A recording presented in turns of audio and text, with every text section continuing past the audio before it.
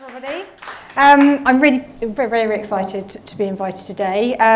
It was really exciting to hear your story, Paul. There was a lot of familiar echoes of we're having worked with lots of scale-ups myself, and also to hear from Niall as well from the investor point of view. But I'm here today to talk to you very much about the vital role of PR. Oh, I've gone the wrong way.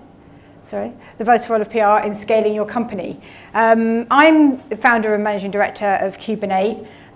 We're an agency 10 years old. My background is in technology PR. I've worked in technology PR for way too long now. I won't even say how long, but I was there at the time of the first dot-com boom and bust, so you can work that out. And I survived and came out the other side. I've been an agency person for the whole of my career, actually, having worked in large international agencies like Shamwick. I was a founding director at an agency called Hotwire, which at that time was very much in a scale-up phase. It grew to being an agency across 5 markets in 5 years, so a very fast growth environment.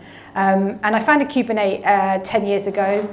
It was very much about bringing the big agency experience to a smaller, nimble, flexible team. Started in the depths of the recession, but there's always that saying that there is an opportunity to start a business at that time, and it definitely has been. And we have grown to a team of 10 now. We're based in London and Oxfordshire, but we work on a global and international basis as well. And an award-winning team, which I'm really proud of as well. So I'm here today to talk to you, obviously, about scale of, what the role of PR is when scaling your company. I'd like to just take a temperature of the room, actually. Is that who's using a PR campaign currently within their organisation? And Paul was. Ex-Hotwire employees. Hey, excellent. Great. I'll ask who later. Okay. All right. So just a couple. Yeah, 2 or 3. Right. Okay. Great.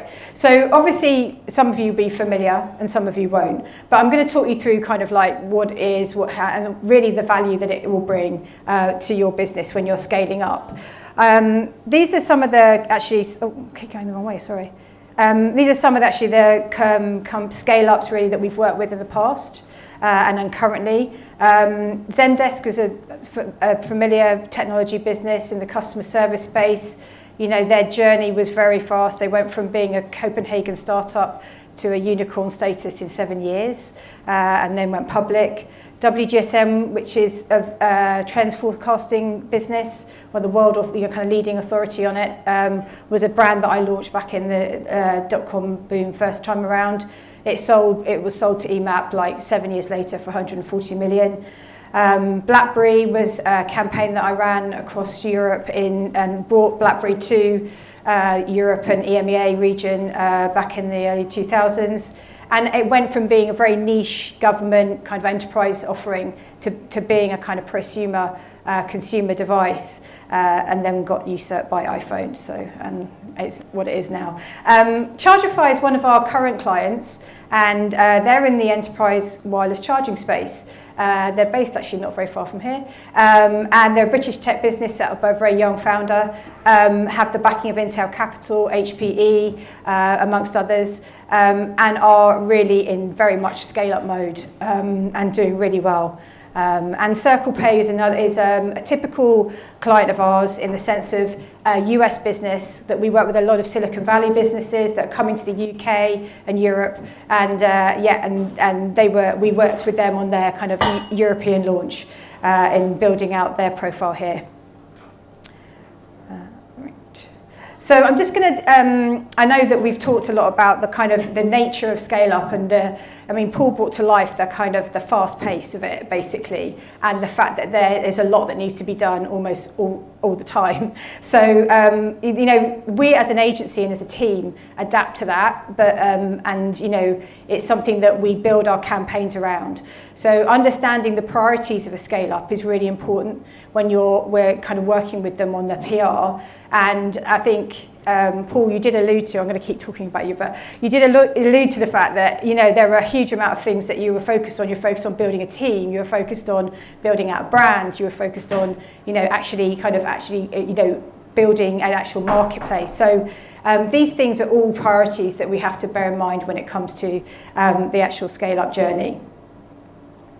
What I wanted to talk about here was actually, this is a famous quote actually that's used a lot by PR firms when it comes to talking about PR and actually why it's important to businesses. But Bill Gates was a big advocate of PR from the very beginning of Microsoft, and there are other brands today, and I think actually that slide before, which I was referring to with our logos, all of those brands, the common denominator there was that they all believed in the power of PR when building their businesses. I think when brands turn to PR, they're in this mode, they turn to PR because they're looking for building out a brand. They're looking for that to happen externally, but also internally. They're also about looking at awareness. They want to, you want to get markets excited. You want to get customers through the door. It's about helping positioning. It's about getting the right sort of lead generation.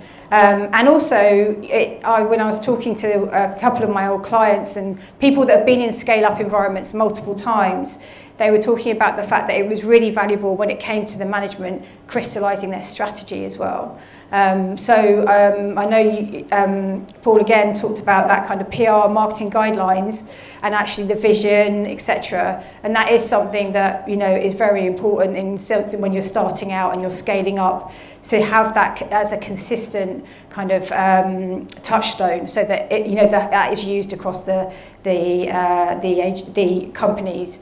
And also, I think the other thing is it builds out credibility. Credibility is obviously hugely important, in the sense of building out reassurance. If you're building out a new brand, you're bringing it to a new market, it's definitely, one of those things. And also increasing attractiveness to investors as well, as, kind of Niall touched on as well.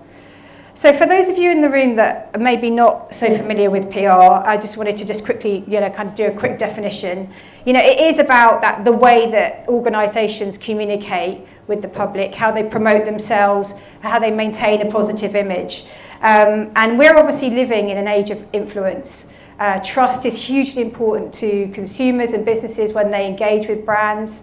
And also the narrative that you have out there and the media that you're engaging with are a hugely important part of that, because the way that the media or influencers perceive you now is hugely important in the sense of consumers, customers, businesses making a decision to go with you. So PR is very much part, we believe, in helping to kind of manage that process.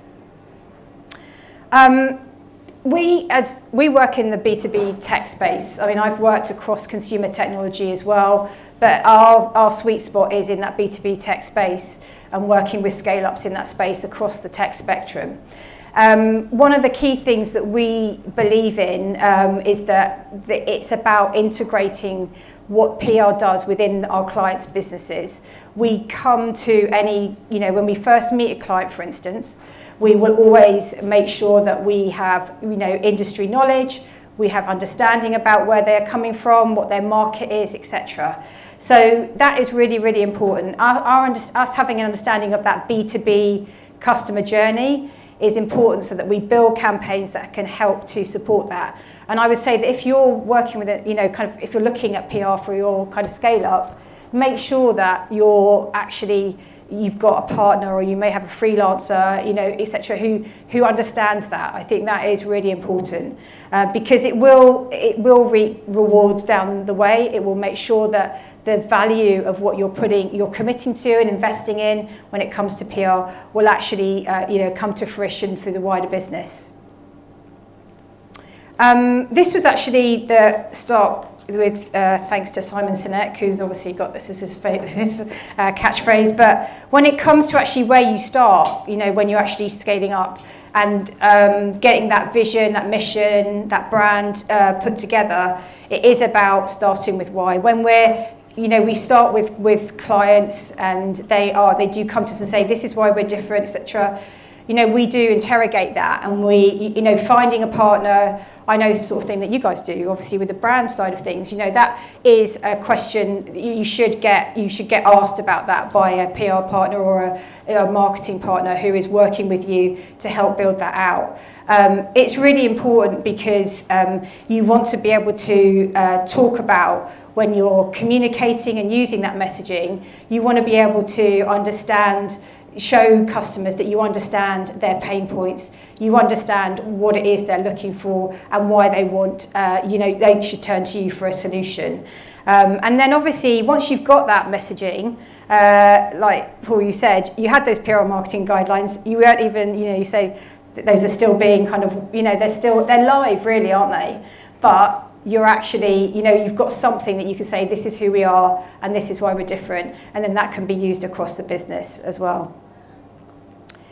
When it comes to actual campaign itself, we still a big part of what we do for clients now is media, that kind of media drumbeat. Getting your name out there is about it helps with that sense of building awareness and credibility, and definitely is important when building out a brand. Obviously, some of you will know this, but obviously news is obviously hugely important, but you're not going to have news the whole time. The story of the founder, how it came about, that will still be hugely relevant at this point in your journey. It will also be important to add to that with maybe where the company's going, the growth strategy, the corporate strategy, investment news. Those are hugely kind of significant milestones for you as a business, so get those out there. And then also new customers. I'll come on to customers and the value of those in a bit, but within the PR campaign. But, they're hugely valuable in the sense of being able to show proof, and also can help open doors to vertical markets. The other thing I'd say that, PR is definitely wrapped up in with media and socials, obviously a big part of that, and that's a big part of what we do today as well with our clients. But there is still a real place for building relationships with journalists that are really important to you. So, Paul, when you talked about those 50 influencers in Manchester, we work out campaigns with our clients where we're working out who are the key media that we want to get to, because they will be the ones who've got a big influence. And it might be that it might necessarily be the Financial Times. It might be a very niche trade title, but they have a very specific audience that will be important for customer acquisition for that client. So, kind of stick with those journalists as well, build relationships with them. One of the clients that I mentioned before, Chargify, Dan Bladen is the founder. He has a core group of journalists that he stays in touch with personally. Not every founder will want to do this, but some people do. And there's a guy, James Titcombe, who's the technology editor at The Telegraph. He started off on a trade title that Dan, they've grown up together almost really. And now he's actually based in Silicon Valley, and Dan's spending more time out there. So they share a lot of information. He goes to him for stories. And those things are really, really valuable actually, to kind of to nurture and build along the way. The other thing I'd say here with this media drumbeat is it shouldn't always be about you as a business. Think about your customers, think about what are their pain points. This is a big part of what we do within a B2B campaign, actually. We ask our customers, on a regular basis, and we have calls with the head of sales, for instance, and ask them, what are the things that are on your customers' minds? And then we bring those pain points into the PR campaign so that what we're creating content-wise will be really, really important, will be answered, so that we're sort of filling gaps of knowledge on those questions that are coming up time and again, so that when a piece appears in Retail Week and it's all about conversational commerce, for instance, written by one of our clients, Suvu, then they're the kind of the things that will help kind of generate answers in those customers' minds. Thought leadership is another thing which is, kind of a big part of what we do, and a big part of can be really effective in a scale-up campaign. It depends on the type of company that you are. Some companies want to be bold, but others don't. You know, some want to be much more conservative, and understanding that is really important. But when it comes to thought leadership, that can come in the form of, you know, blogs, it can come in the form of LinkedIn pulses, it can be podcasts. We have certain clients that like to do live to camera videos when there's been a big industry issue come up. You know, those sort of then they can be used across for multiple channels. I think when it comes to when you're scaling up and you're building out that brand, there'll be certain things that you want to be known for, and that might be only certain things for a certain time. So Paul was talking about social darts at the beginning. It was all about that, and then it's moved on to something else. So as you grow, the messages will change, and the things that you want to talk about will change. But it's about putting yourself in that bigger picture, and thinking also about the bigger kind of the industry issues that are on the minds of your customers. One of our customers is a company called Signified. They're in the fraud protection space. They are actually the market leader in their space. They are truly that. But they've come to the UK. They want to build market presence. A big concern for their customers at the moment is PSD2 and SCA, which is a huge concern. Well, new regulation that's come in. It's this double layer of security that retailers have to put in place when any customer does any transactions. And so we've been doing a huge kind of thought leadership commentary program around that, resulting in articles. It's been blogs, interviews, features, and even, you know, we've got a slot on Sky News coming up actually with the guy that heads up the UK. So if you can, you know, be confident and want to, you know, kind of be out there and talk about the things actually that are on the wider business agenda, that's also, you know, that can be really, really fruitful. At this stage of kind of advocacy and credibility are two things that very much come into their own when, as a company, you're getting to that, you know, really exciting stage of having, you know, customers that will want to talk. I'm obviously talking more on a B2B side.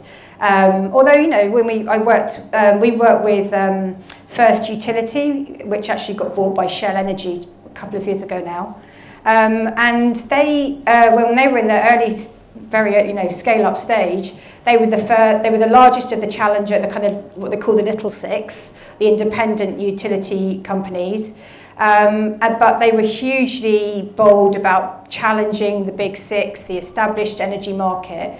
And, you know, they wanted to they had customers that were willing to talk on their behalf. So from a consumer perspective, if you can get customers to talk about why it's great, or get those influencers to share with their network, you know, why you as a brand are fantastic, then absolutely grab them with both hands. I think, you know, from a B2B perspective, we ask clients all the time, do you have it in your contracts that the PR, you know, the customers will be part of your PR? Because if you can get it in the contract, then they are, you know, signed up. So, but some of them, you know, it just comes with different levels of appetite, and it will depend on the customer from a corporate point of view as well as to whether they'll get involved. But having customers there alongside you at an event or a case study, you know, or even just the fact that you're working with them, we know that that helps to drive, you know, kind of inbound calls. It will generate excitement for our clients, and we've had clients attest to that. You know, really, you know, they do that. Let us know when those things happen. So absolutely use those customers. When it comes to credibility, you know, absolutely. You know, we talked. I've referenced before this whole building up the brand. And awards are hugely valuable to do that, and also things like getting involved in where your customers are, which is what, you know, Brian Soyce was saying, and making sure that you can become part of industry associations in order to give yourself credibility that way. So, for instance, with Outbrain, who was a client that we worked with and launched here in the UK, we recommended that they were involved in the Association of Online Publishers very early on. They got involved in speaking there, they got involved with the awards, they were part of their kind of events activity. So it was, you know, it was a way to give them credibility and get them immersed into that audience that they really wanted to engage with. And I mean, the way that we build our campaigns is we are very proactive as a team, but also what we want to do is obviously deliver results. It is about results and output, but also it's about working with our clients about and being partnership to make sure that the results are then amplified. So it's about us understanding how they work as a business, how their wider marketing is working, what is it they're doing, and then also understanding how we can share the results of our work wider. So, for instance, it's making sure that any media coverage is shared across social channels, making sure that you can include link backs in any editorial coverage that appears. So again, you're driving traffic back to the client site. It's also about things like domain authority, being aware of keywords in the SEO. So that again, we're replicating that, and the PR is actually really supporting what they're doing as a wider business. I mentioned before about having that interaction with the sales teams. That is actually something that we do actively. We meet with them on a quarterly basis to find out what's going on, but also we make sure that the output of what we're doing is shared with those teams so that they can then use it with their customers and their prospects. So I think it's just making, we want to show it's that value really, extending that value of the PR and making sure that it's shared across the business. I've talked a lot about the things that we do and we plan in, but it doesn't always go right. And that is also, a big part of why, PR is, having a PR partner or having a PR strategy in place can be really valuable, because the nature of scale-ups, the nature of growing businesses is it doesn't always go right. When I worked on the BlackBerry campaign, it was not every week, but frequently on a Friday at 5 o'clock and Sunday at 6, I would get calls from like the Today Programme or BBC saying, tell me about the latest crackberry incident or, kind of security breach. And it was like clockwork, really, because they were a rising brand and they were one that was in the spotlight. But what we had was we made sure that we had things in place so that we could deal with that. So those PR and marketing guidelines, those brand guidelines, the messaging, etc. So, but I think definitely if you've got PR kind of support around you to help navigate that, that can make that process much easier. Finally, as Paul, you mentioned about your global journey. A lot of the scale-ups we've worked with have the ambition to go global. We are, as I say, we're working with British firms, but we're also working with a lot of international firms, and they are all have huge ambition when it comes to getting out into different markets. Having run campaigns in multiple territories, especially with scale-ups where you may be building out teams in those markets, I think there's just some critical success factors to just bear in mind when you do go into new territories. Because retracting, going full throttle for a market and then having to retract can be damaging. So I think, make sure that you've got a local spokesperson, someone who can, if it's not an English-speaking market, someone who can speak that language and understand that market. Adapt your messaging so that it has cultural resonance, and also any kind of campaign activity. If you're going to have a launch, a kind of synchronized launch, maybe for a new product across multiple markets, think about the fact that each launch event or launch campaign will be slightly different in each market, and embrace that. Listen to the people on the ground, because they will give you the advice to make sure that it's a success. The other thing is also taking into account kind of compliance and regulation. When you're talking, for instance, we work with CirclePay, which is this peer-to-peer payments app. And, in Germany, we had a very, very different experience than we did in the UK. It was, it's a hugely regulated market. We had to be very, very careful about what we said. Because it would have been hugely damaging to the business when they were just starting out in that market. So I think those are just some pointers actually when it comes to going global.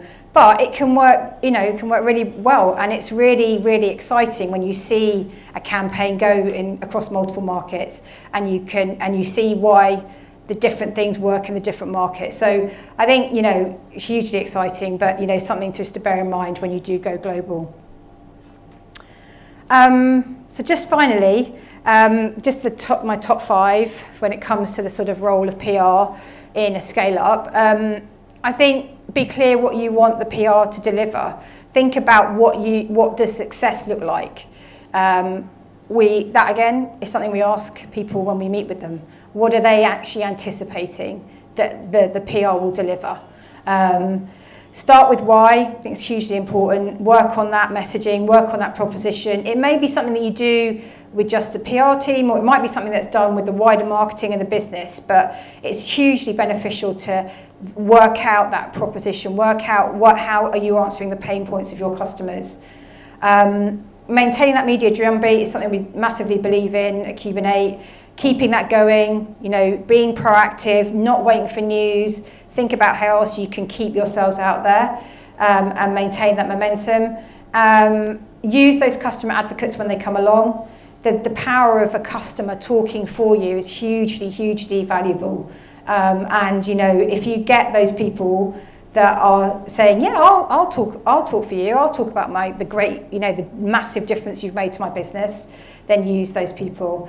And I would just say, I think the important thing, the last one, is a partner. I'd find a PR partner. If you can, obviously, you know, it all comes down to budget and, being able to do that. But even if it's a freelancer or if it's an agency or an in-house, appointment, find someone who really gets your business and work and can really make, a PR campaign work so that it's part of your business, part of your growth strategy, and is going to help to deliver on what you're trying to achieve as a company. And these are I just asked around the team and just personally. There's some reading recommendations and listening recommendations. So Startup Land was a book written by Mikkel Svein, one of the co-founders of Zendesk. We did the launch for this, but it's a really, it's not a very long book, but it's really honest, quite funny. He got some advice from the ex-CEO of Twitter, Dick Costello, and he asking about advice for how to get the most out of an investor roadshow. And he was like, just don't party hard during any of it. But it's great, it's really good. And then there's How I Built This, which I'm sure you know, Gary Raz, and then Danny in the Valley, which is Danny Fortson, the Sunday Times Silicon Valley editor, and then The Entrepreneurs by Monocle was on Monocle's podcast. All of these are kind of, interviews with the great and good of tech and Silicon Valley, etc. But some interesting insights in that scale-up journey. So thank you very much.